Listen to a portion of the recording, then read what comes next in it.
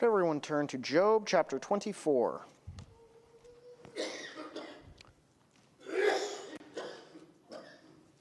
Last time we looked at the last speech from Eliphaz, which is sort of the ringleader of Job's three friends, who was answering Job's most recent answer to Zophar, who only spoke twice out of his friends.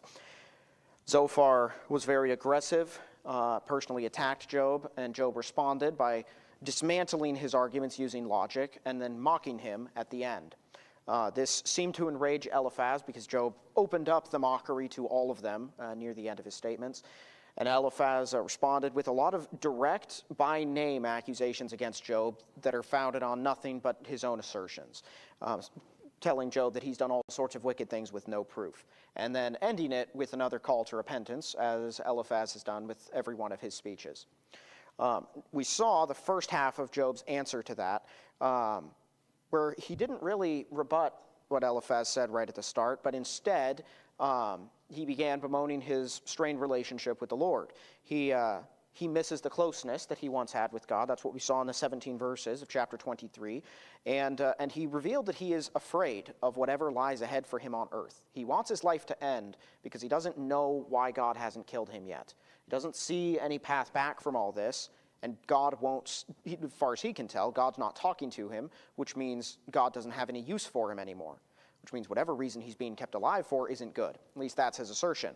He stated that in the last three verses of chapter 23, and that fear is one of the things that is driving him to try and find answers and to just want this trial to end, so that whatever is coming after, he doesn't have to deal with for very long, as well as just ending the trial in general. So we're picking up in chapter 24 with the rest of Job's response to Eliphaz.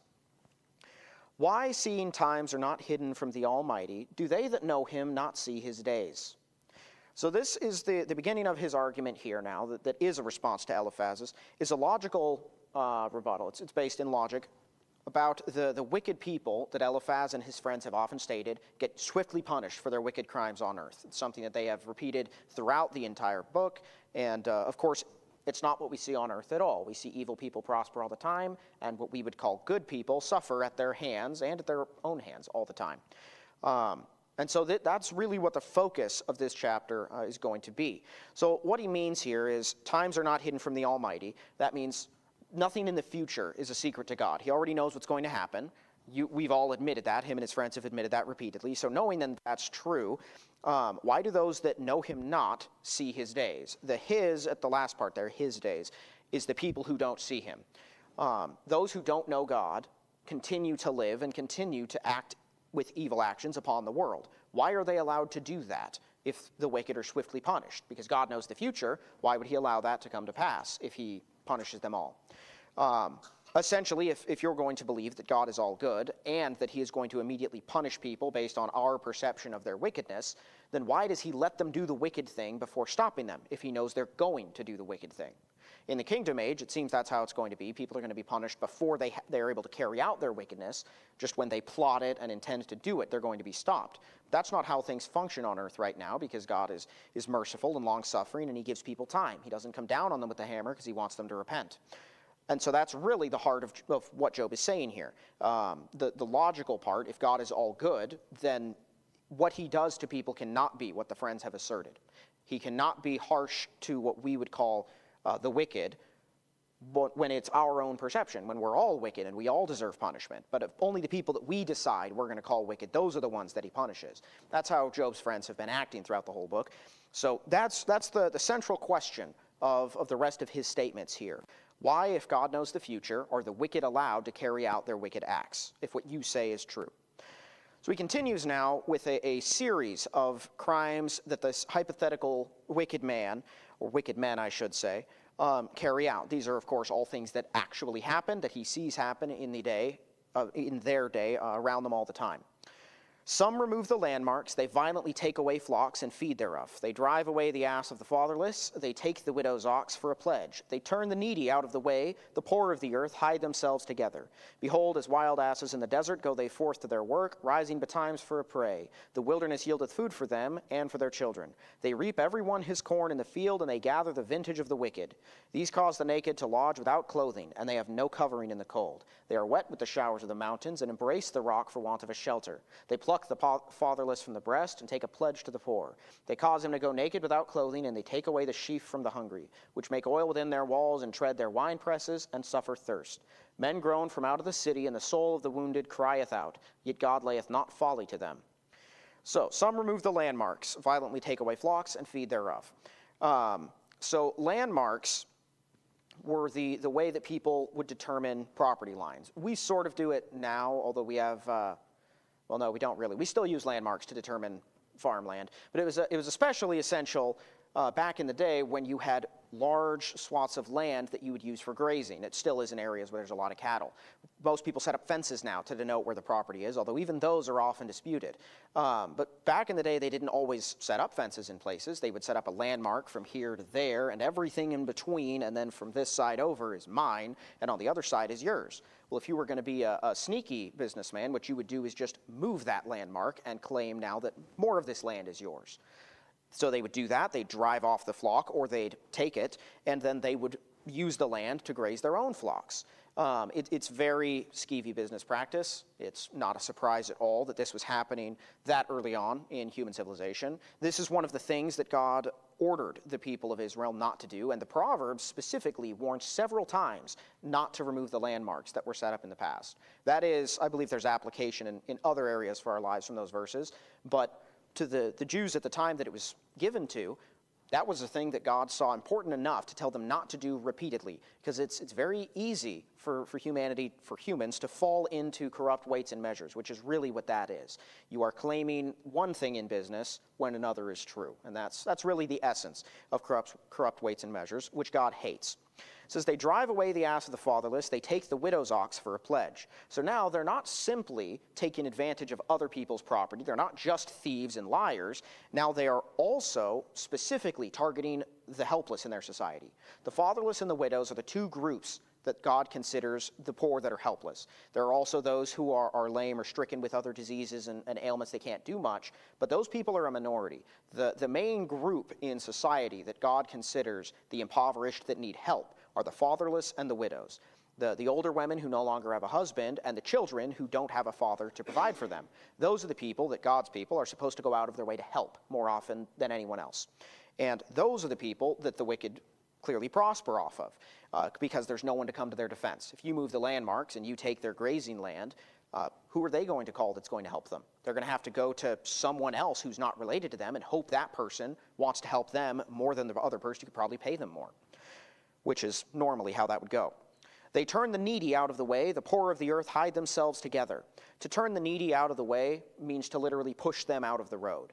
That can mean, in a hypothetical sense, you're keeping them out of any sort of success. When they're poor, you keep them from gaining any wealth. But it can also be taken quite literally. You see a person walking by and they push them aside because they can't do anything. It's very common behavior for rich bullies who can get away with it. He says, the poor of the earth hide themselves together. This is why you often see impoverished people in pretty much enclaves in specific areas. I mean, first, there's a reason the poor are in a specific place to begin with. It's that it's a cheaper area. It doesn't cost them as much to be there, and no one else has an interest in driving them out. The other reason is because there's safety in numbers, and it's harder for someone who is wealthy and taking advantage of the poor to do so when there's a lot of them. But essentially, these people don't have freedom. They don't have the means to make their lives any better because they are being held down by those who are above. Behold, as wild asses in the desert go they forth to their work, rising betimes for a prey. The wilderness yieldeth food for them and for their children. They reap everyone his corn in the field, and they gather the vintage of the wicked. So these two verses are a bit confusing in this context because they seem to show honest, hard work. But there's a few subtle clues that seem otherwise. Wild donkeys are very mean and aggressive animals. Even domesticated donkeys are really mean and aggressive animals. They don't really follow instructions very well. They often need consistent punishment and driving to get them to do anything. And the ones that are out in the wild especially, if what they consider their territory is encroached, they will very aggressively attack whatever they see and try to kill it. They do it pretty often with things like coyotes that attempt to encroach all the time, but they'll do it to anything that they consider a threat. They're known to be very ill-tempered animals. That's what he's equating these sorts of people to. They consider everything their property if they want to be there, and anyone who's in their way is going to be driven out. So the rising betimes for a prey, the wilderness yieldeth food for them. To yield is to give up. So they're going out into the wilderness, which is the poetic way of referring to other people's property, to what other people are doing, and they take what's there because those people can't stop them. They reap everyone his corn in the field, and they gather the vintage of the wicked. I think this is referring to surviving off of other people's crops. Agriculture is, of course, the heart of economy and wealth in the world. If you don't have food, then you don't have anything. And if you're the person producing food, you're going to be the richest one around, more often than not. So I believe what this is talking about is they drive people out of their villages, or out of their fields and out of their vineyards, and they harvest them. They take what's there. It fits within the context of the rest of this, talking about people stealing from those who can't defend themselves. It can get very tricky trying to figure out who's who when the Bible uses pronouns to refer to everyone, but that's my best estimation from what that means. They cause the naked to lodge without clothing. They have no covering in the cold. They are wet with the showers of the mountains and embrace the rock for want of a shelter. They pluck the fatherless from the breast and take a pledge of the poor. So they cause the naked to lodge without clothing. The first they is the wicked man who pushes other people out. The second they, and then the they at the start of verse 8, are the poor people who are being oppressed. These are the naked who are being forced to lodge without clothing. They don't have a covering. They're using rocks as shelter, but those don't provide much. They're cold and they're wet from dew and rain outside.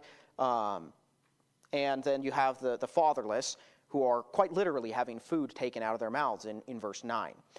To take a pledge of the poor, in verse 3 it says they take the widow's ox for a pledge. A pledge is a strange a strange word, the word translated pledge, that can be interpreted in several different ways. It can refer to what we would call a pledge, like an oath or an agreement. It can also refer to any sort of binding agent, like ropes or things that you tie stuff together with. It can refer to yoking. It can also refer to destruction and theft. It can carry all of those meanings in specific areas.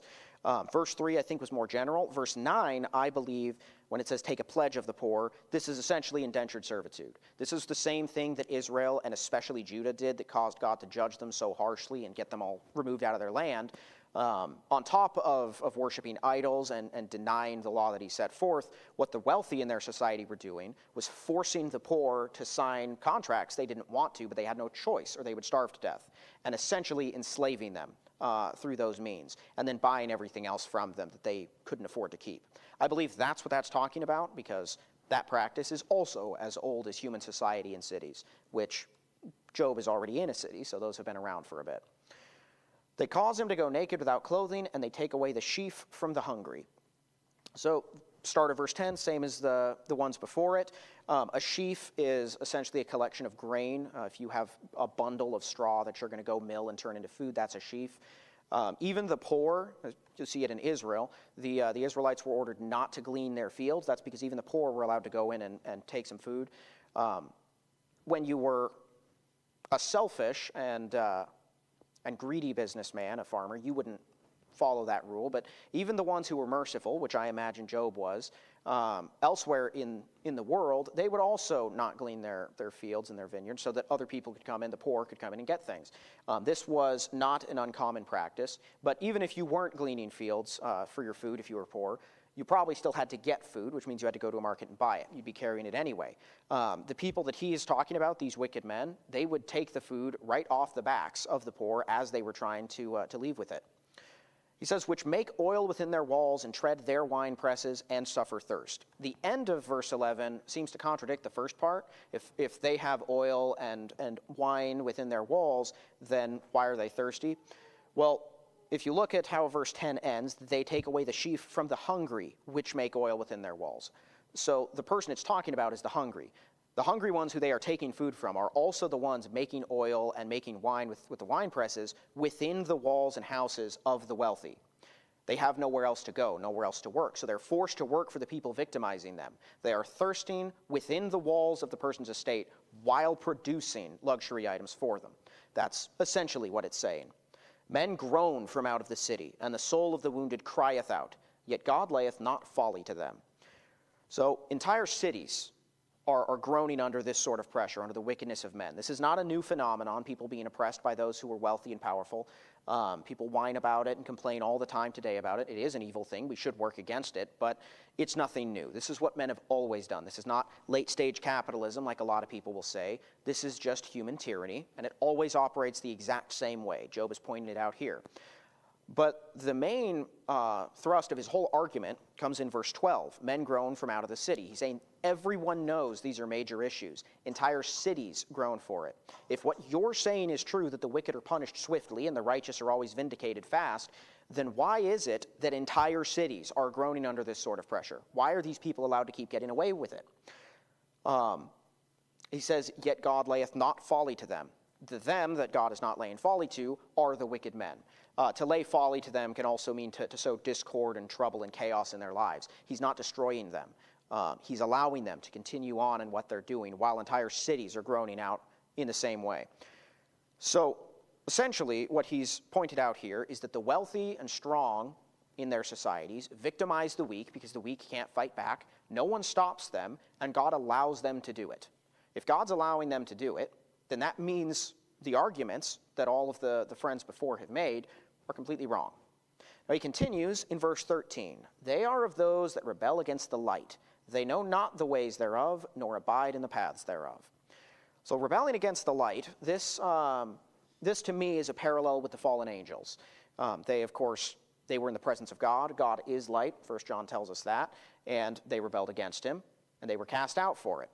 Men follow the exact same program. As children, obviously, everyone is innocent, and then they learn, or not really learn, they choose to sin, to rebel against what is their nature, for the other side of their nature. They abandon the godliness that he has put in them and choose to go the world's way. Now, we don't blame children for this normally, even though every child is known for his works. But it's just a fact of life that children do this. Everyone rebels against the light that they're given. You have to make a conscious decision later in your life to accept the light that God has given you. Light can refer to many different things. It can refer to God himself.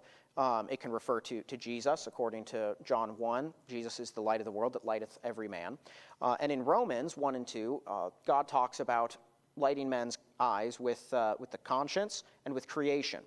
He says that those who saw creation, the invisible things of God, were made manifest by the visible things of the world. Because he created them, you can see it, you know that he exists. And then when that was rejected, he says the people who rejected it had their foolish hearts darkened. If your heart is darkened, that means it was light. And it was light because you had not yet rejected the creation that God had put around them. The conscience, according to Paul, does the same thing that creation does. It makes people realize that there is a God and that he has standards. And then when you reject that, it has the exact same effect as it does when you reject the light of creation, meaning the conscience is also a form of light. Light can also refer to literal physical light, which can definitely be confusing in the second half of this chapter because light and dark play a rather prominent role in the remaining 12 verses. And it's hard sometimes to determine when he means literal physical light, like the sun produces, and spiritual light, which could be God's word, it could be the prophets, it could be the conscience or the creation that Job refers to, or it could be God himself. Either way, these people that he's talking about, he equates them with fallen angels. They rebelled against the light. They know not the ways thereof, nor abide in the paths thereof. No matter what these people say, they have no interest in doing what's right. They don't even know how to do what's right because they've never done what's right. You have to submit yourself to God in order to understand and be able to do right works. So in verse 14, he says, the murderer rising with the light killeth the poor and needy, and in the night is as a thief. The eye also of the adulterer waiteth for the twilight, saying, no eye shall see me, and disguiseth his face. In the dark they dig through houses, which they had marked for themselves in the daytime. They know not the light. For the morning is to them even as the shadow of death. If one know them, they are in the terrors of the shadow of death. He is swift as the waters. Their portion is cursed in the earth. He beholdeth not the way of the vineyards. Drought and heat consume the snow waters. So doth the grave those which have sinned. The womb shall forget him. The worm shall feed swiftly on him. He shall be no more remembered, and wickedness shall be broken as a tree. He evil entreateth the barren that beareth not, and doeth not good to the widow. He draweth also the mighty with his power. He riseth up, and no man is sure of life. Though it be given to him to be in safety, whereon he resteth, yet his eyes are upon their ways. They are exalted for a little while, but are gone and brought low. They are taken out of the way as all other, and cut off as the tops of the ears of corn. And if it be not so now, who will make me a liar, and make my speech nothing worth? So we first, as we go through these, there is the issue of light and dark, trying to determine which ones are which, and the pronoun game also becomes difficult as you get into this to determine, again, when it's talking about the victims, the victimizers, and God, because all have different references in here.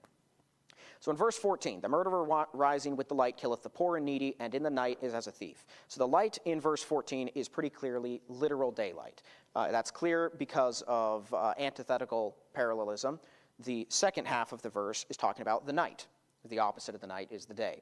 And so the light that it's talking about is that from the sun. These people, they rise, and in the sunlight, in the daylight, they murder people, and then at night, they're thieves and they steal.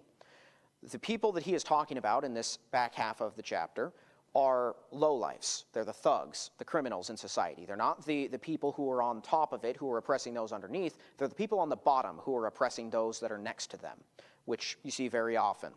The Proverbs warns about these people, that the poor who oppresseth the poor is as a sweeping rain which leaveth no food. That's really who he's talking about in these verses. The eye also of the adulterer waiteth the twilight, and saith, No eye shall see me, and disguiseth his face. This is clearly a connection to John 3:19, which says that men love darkness rather than light, because their evil deeds are made manifest in the light. He makes very clear the adulterers, just like thieves, wait for the night so that no one recognizes them while they carry out their evil deeds. In the dark they dig through houses which they had marked for themselves in the daytime. They know not the light. So this is burglars breaking into houses that they've marked in the daytime. This shows that the sort of terminology that criminals use hasn't changed a whole lot in 6,000 years, because even now, criminals, when they decide they're going to go after someone or some place to try and exploit it, they call it their mark. That's the mark they're going to go after. Same thing here. They would mark specific locations and then hit them later. It says that they dig through houses. Given that they are oppressing those who can't really defend themselves, it's very likely these houses were made out of thatch or mud or similar things, not quite masoned stone. Given the early days of mankind, there probably wasn't a lot of industry that had been built up yet. And so the poor people didn't have very good habitations. You could quite literally dig through their houses because they didn't have any sort of security. Their houses were also probably quite small. But they would do it anyway, in the dark. They'd wait for night, and then they would assault these houses and rob them. For the morning is to them even as the shadow of death. If one know them, they are in the terrors of the shadow of death. So the first evil men took advantage of those that were around them. These are more typical criminals, like I stated before, because they're afraid of being found out. The rich ones, they're not afraid of being found out. They use plausible deniability. They'll say things like, well, legally I can take this. I'm allowed to do that. Legally, you sold yourself to me. Those are the same arguments that are always made. These people don't bother with that. They attack in the night, and they're scared of the morning because they don't want to be noticed. They don't want to be identified and killed because they don't have any sort of societal protection. They can't claim plausible deniability. So they're afraid of the morning. The other thing that I'd like to point out here that is probably pretty obvious, but is worth mentioning as well, is the tactics have not changed over thousands of years either. People nowadays, you'll see criminals, they'll storm into stores and they'll take whatever they want, or they'll burgle houses in the night. They wear gloves, they wear dark clothing, and they wear masks because, just like always, everyone is always afraid of having their identity revealed when they're doing evil deeds. Turns out nothing really changes throughout human nature over time. It also references in verse 17 the shadow of death. He has referenced this repeatedly in this book in the past. The Psalms use the same term to describe what seems to be death before eternal judgment or reward. When you're in hell in the heart of the earth or in paradise in the heart of the earth, either way, it seems to be a reference to the shadow of death. Psalm 101, I believe it is, specifically refers to people waiting for judgment with the shadow of death. And David in Psalm 23 talks about passing through the shadow of death and that God will keep him safe regardless of how fearful it is. Now, that could be a reference to the people dying and waiting for eternal judgment. Job could be making that reference. It could also simply be a poetic reference to death in general, to the fear of death.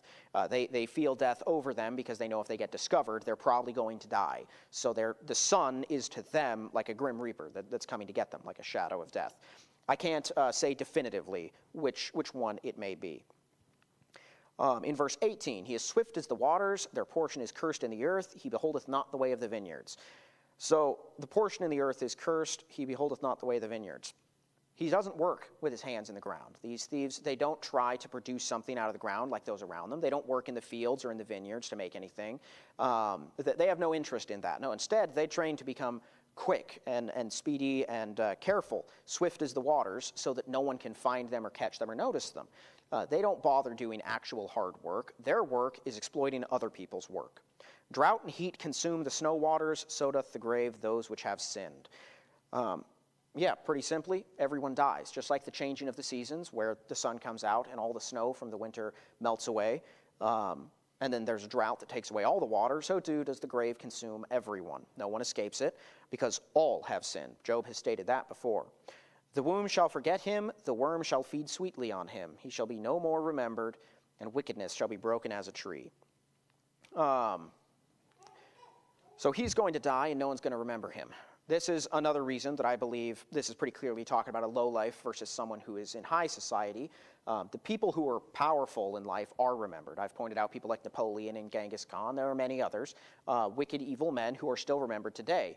But most people don't remember Joe Schmo who would stab you in the ribs and then take your coin purse and then run away with it in the middle of the night, because that person never did anything to be remembered. He died and he was buried and he disappeared. It says the worm shall feed sweetly on him. This likely means that he's not going to be hard to get to. This is not going to be a man who's going to be given a good coffin and then buried 6 feet deep and well taken care of, or laid in a sepulcher. This is a guy who's going to get tossed in a shallow grave or die in a ditch, and the worms are going to get him before anyone else does or before anyone else cares. This is, again, a low-life thug. His wickedness shall be broken as a tree. He evil entreateth the barren that beareth not, and doeth not good to the widow. So he, like those before, takes advantage of the needy that are around him. Those who can't protect themselves, those are the people that these sort of ones target. I heard recently there was a child abductor who talked about, he was sent to prison, and he was asked in an interview what made him target specific children over others. And he said the main defining factor was the father. If he looked at the father of the child and thought, that guy can't defend himself against me, then that was a child that he marked for a potential target in the future. That's how these evil people operate. They look for someone who can't defend themselves or who they think will not have any sort of extra protection, and they set their whole lives around hurting those people. That's what he does. Evil entreateth the barren that beareth not. That's a woman who can't have children, or a widow who can no longer have children, and doeth not good to the widow, which is why I believe that is also a widow. He draweth also the mighty with his power. He riseth up, and no man is sure of life. Now, verse 22, this is where things can get a little bit confusing. This man doesn't have much power. The man he's been talking about is a degenerate lowlife who can't really affect anything except the weak around him. So how could he draw the mighty with his power? And why would no man be sure of life when he rises up? Well, I don't believe this is talking about that man, and several commentators that I read also agree. This seems like it's referring to God. God draws the mighty with his power. He directs the heart of kings as the rivers of water. The Proverbs tells us that. So he can order anyone to do whatever he wants, and they will do it. When he riseth up, no man is sure of his life, because everyone's lives are in the palm of his hand. Though it be given to him to be in safety whereon he resteth, yet his eyes are upon their ways. This is where pronouns can be a bit confusing. It be given him to be in safety whereon he resteth. I believe that part is referring to this wicked man. Yet his eyes are upon their ways. That he, at the end there, is God, and the there is the wicked man again. Even though God is not actively trying to kill the wicked man who's done this thing, he is still watching them. He is still seeing everything they're doing. These people, just because they're allowed to live and carry out their evil deeds, does not mean they're going unnoticed or that they're getting away with it. God is seeing all of it. They are exalted for a little while. They're allowed to rise up for a time, but are gone and brought low. They are taken out of the way as all other, and cut off as the tops of the ears of corn. No one's allowed to live forever. The end comes for everyone. And even if they live their whole lives on top of the world, or they go their whole lives without being touched, that's just a little while to Job.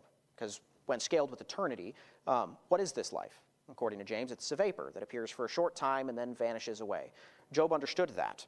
And that's how these people live. Just because they're strong, just because they do wicked things in life and they live for decades and then they die without seeing their comeuppance here on earth, it doesn't mean they got away with it. God is not slack. He doesn't let these people get away with their wicked sin. He sees it all, and he judges it in his own time. Because, like everyone, they are eventually brought low. Eventually, death does come for them. And if it be not so now, if what I'm saying is wrong, who will make me a liar and make my speech nothing worth? So he's now issuing a challenge to his friends. Instead of making random wild claims, prove to me how I'm wrong. Look around the city that we're outside of and tell me how I'm incorrect. Show me where all the wicked are being punished and all the righteous prosper. Show me all of the people who are poor in the streets and well taken care of by their neighbors and no one's being victimized. Job himself in this state is clearly living the opposite of that assertion. He's talked before about being abused and mocked and beaten by the people of the city that are around him, and potentially by bandits who come upon him as well. If that's allowed to happen to him and he currently has no one and nothing, then clearly what they're saying is wrong. The people are taking advantage of the weak, and no one is stopping them. Job himself is a living example against his friends' arguments, but he's not making that argument. He's saying, look at the city that's right there, and prove to me how I'm wrong. And at the conclusion of that, Bildad gives the last answer of any of his friends. It's only 6 verses. It's the shortest one, and he doesn't really have an answer. Then answered Bildad the Shuhite and said, Dominion and fear are with him. He maketh peace in his high places. Is there any number of his armies? And upon whom doth not his light arise? How then can man be justified with God? Or how can he be clean that is born of a woman? Behold, even to the moon, and it shineth not. Yea, the stars are not pure in his sight. How much less man that is a worm, and the son of man which is a worm? So he has a few original verses. At least 2 of these are pretty much word-for-word repetitions of what Eliphaz has said before. Eliphaz has asked the exact question, how can he be clean that is born of a woman, word for word. I believe he has also said, how much less man that is a worm and the son of man which is a worm. Might be slightly different worded, pretty much the same thing. Those were the exact words given to Eliphaz by the lying spirit that appeared in his dreams and brought the friends here in the first place. And all that Bildad has left is that original claim from Eliphaz. He can't answer Job's claims. He can't try to deny what he has said. He can't point out the falsehoods. All he can say is everyone deserves to die because God is above everything and he's too mighty, so how can man be clean?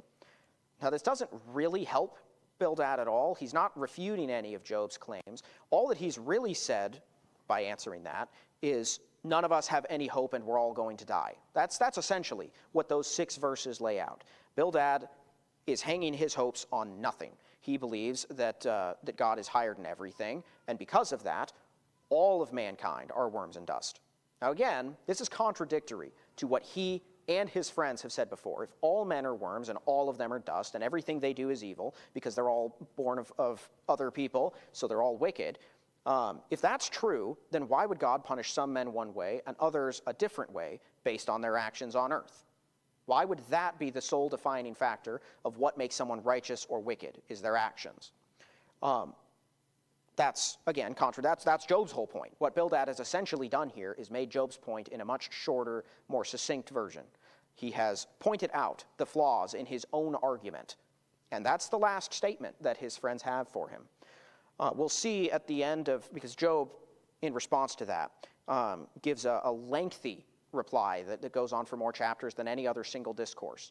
And we'll see that while Job seems to have a decent bit of insight, well, I say a decent bit, has a lot of insight into the nature of God and man and sin in the world and eternity, he gained nothing from any of this. His 3 friends came from distant lands to comfort him, and when they arrived, they presented a lot of arguments that were illogical and deeply flawed and mostly rooted in nothing but pride and fear and the deceit of a false spirit that they chose to believe. And at the end of it all, Job has not been comforted. No one has been given any sort of enlightenment because none of his friends have agreed with the thing he said. None of them have said, you're right, I was wrong, clearly we don't know what we're talking about. None of them have said anything like that. They continue to try and affirm their points and proclaim that they're on the right side of this. So going going through all of these arguments, all the pain that's been inflicted, all the insults that have been hurled, Job said just a few chapters ago that he was hurt by what Zophar said, that it injured him personally. The words were meant to hurt him, and they did just that. He has suffered deeply throughout all of this. His friends have clearly been getting emotional and angry as time has gone on, and partially because Job has been mocking them back as well, which is both fair but also unwise, according to the Proverbs. Grievous words stir up anger. It's not wise to stir up anger for no reason. Soft answer turneth away reproach, which is why I believe that Job should have just stopped talking, but he was never going to. That's the whole point of the book. But despite all of that, despite all the hurt and all the pain, all the words that have been thrown around and all the arguments made, no one is any better off for it except us. They came out here and they accomplished nothing except to show us that humanity never changes, that people will always make the same tired and trite arguments that are completely illogical and fall apart under the slightest scrutiny, and that when those flaws are pointed out, rather than change their minds, they get more aggressive. They get more entrenched in their flawed views. You see this in our society now, but you really see it in all of human society everywhere. I mean, people point to leftists in our country who believe all sorts of crazy illogical stuff, and when you point out the flaws, they get very angry at you. But it's unreasonable to say that it's only them. You go to any Muslim country and point out the flaws with Islam, they'll do the same, except they're legally allowed to kill you. The same thing in any Hindu country, in any Buddhist country, in any communist country. It doesn't matter where you go. You can do it with other people who are conservatives here in America who believe wrong things, and they'll do the same thing. Because humans can't change each other's minds. That's really what I believe is one of the main points of this book. There's no point in having these lengthy debates to try and convince someone of something based on human logic. You cannot do it. People have come to their own conclusions based on logic already. You're not going to get them to see your logical point of view. The only thing that can change minds is the Word of God, which is the reason God intervenes at the end of the book. When he speaks, everyone shuts up and listens, and they all learn when that's done. All the men speaking, it doesn't accomplish a thing. Job gets to the end of his discourse, none of his friends have changed their minds, even though everything he said is right. Elihu, who speaks after Job, who isn't one of his friends, but is another man of the city, he speaks after Job. And when he is done speaking, no one knows anything more than they did at the start.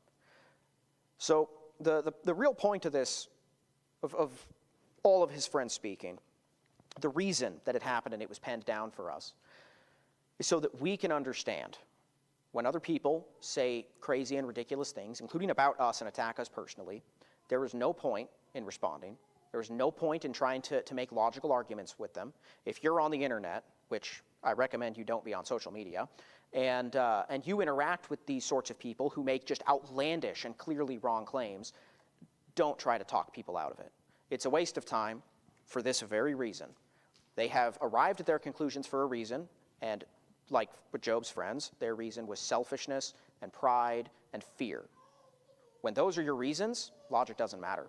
You'll make whatever logical choice you have to get to the end that you already want. So don't take the example of Job in this instance, and don't continue to argue with them. Just be quiet and let them have their moment, because like he said, though they're exalted for a little while, eventually all are brought low. All right, well, that's going to be it for tonight.